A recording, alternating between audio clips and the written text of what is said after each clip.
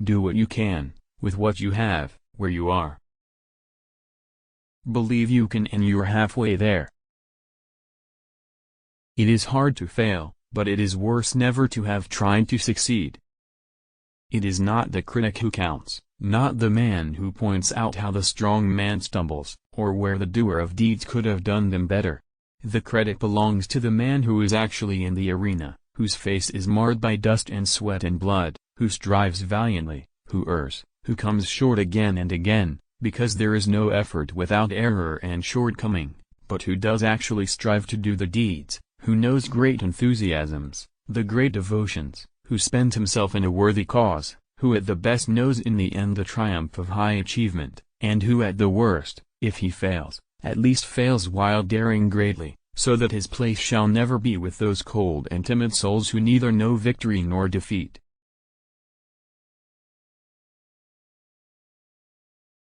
The only man who never makes mistakes is the man who never does anything. I have always said I would not have been president had it not been for my experience in North Dakota. I grow very fond of this place, and it certainly has a desolate, grim beauty of its own, that has a curious fascination for me. The Badlands grade all the way from those that are almost rolling in character to those that are so fantastically broken in form and so bizarre in color as to seem hardly properly to belong to this earth. Rattlesnakes are only too plentiful everywhere, along the river bottoms, in the broken, hilly ground, and on the prairies and the great desert wastes alike. If it can it will get out of the way, and only coils up in its attitude of defense when it believes that it is actually menaced.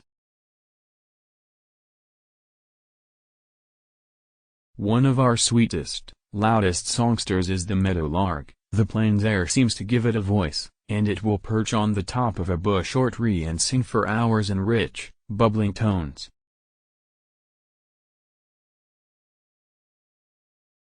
They have a funny habit of gravely bowing or posturing at the passer-by, and stand up very erect on their legs. Theodore Roosevelt on burrowing owls. Magpies are birds that catch the eye at once from their bold black and white plumage and long tails, and they are very saucy and at the same time very cunning and shy. One bleak March day, a flock of snow buntings came. Every few moments one of them would mount into the air, hovering about with quivering wings and warbling a loud, merry song with some very sweet notes.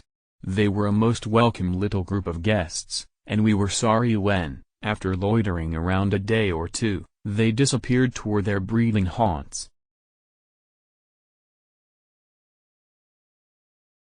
In a great many indeed, in most localities there are wild horses to be found, which, although invariably of domestic descent, being either themselves runaways from some ranch or Indian outfit, or else claiming such for their sires and dams, yet are quite as wild as the antelope on whose domain they have intruded.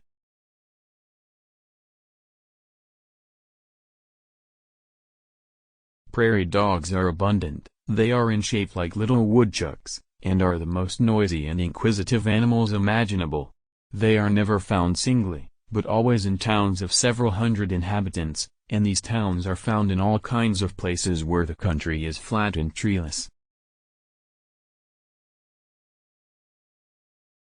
Around the prairie dog towns it is always well to keep a lookout for the smaller carnivoro, especially coyotes and badgers, and for the larger kinds of hawks. Rattlesnakes are quite plenty, living in the deserted holes, and the latter are also the homes of the little burrowing owls. The extermination of the buffalo has been a veritable tragedy of the animal world.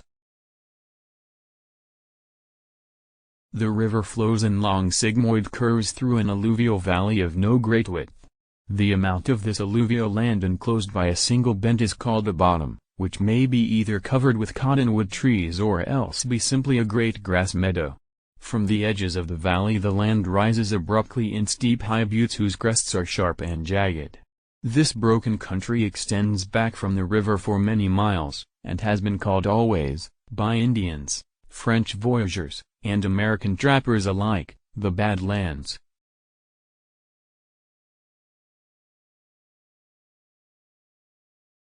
My home ranch house stands on the river brink.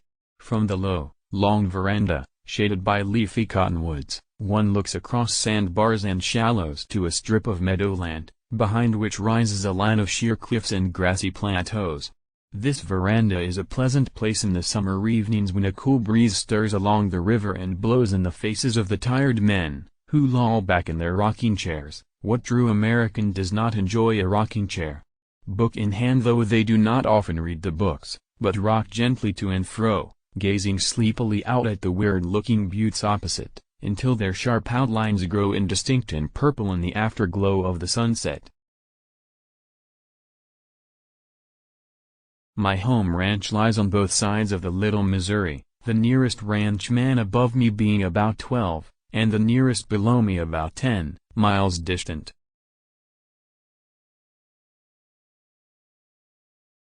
The story-high house of hewn logs is clean and neat, with many rooms, so that one can be alone if one wishes to. Rough board shelves hold a number of books, without which some of the evenings would be long indeed. I do not believe there ever was any life more attractive to a vigorous young fellow than life on a cattle ranch in those days. It was a fine, healthy life, too. It taught a man self-reliance, hardihood, and the value of instant decision. I enjoyed the life to the full. This broken country extends back from the river for many miles and has been called always by Indian, French voyager and American trappers alike, the Bad Lands. Nothing could be more lonely and nothing more beautiful than the view at nightfall across the prairies to these huge hill masses, when the lengthening shadows had at last merged into one and the faint afterglow of the red sunset filled the west.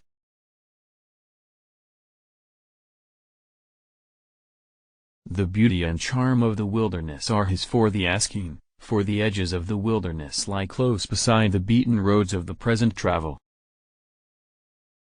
I heartily enjoy this life, with its perfect freedom, for I am very fond of hunting, and there are few sensations I prefer to that of galloping over these rolling limitless prairies, with rifle in hand, or winding my way among the barren, fantastic and grimly picturesque deserts of the so-called Bad Lands. Its toughness and hardy endurance fitted it to contend with purely natural forces, to resist cold and wintry blasts or the heat of the thirsty summer, to wander away to new pastures, to plunge over the broken ground, and to plow its way through snow drifts or quagmires. There are no words that can tell the hidden spirit of the wilderness, that can reveal its mystery, its melancholy, and its charm.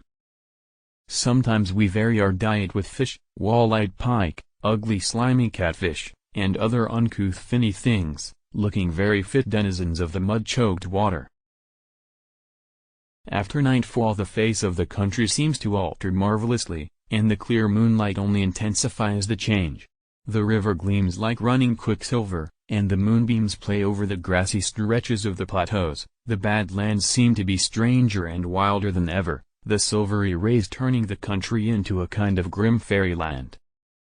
At nightfall the poor wills begin to utter their boding call from the wooded ravines back in the hills, not the whippoorwill, as in the east, but with 2 syllables only,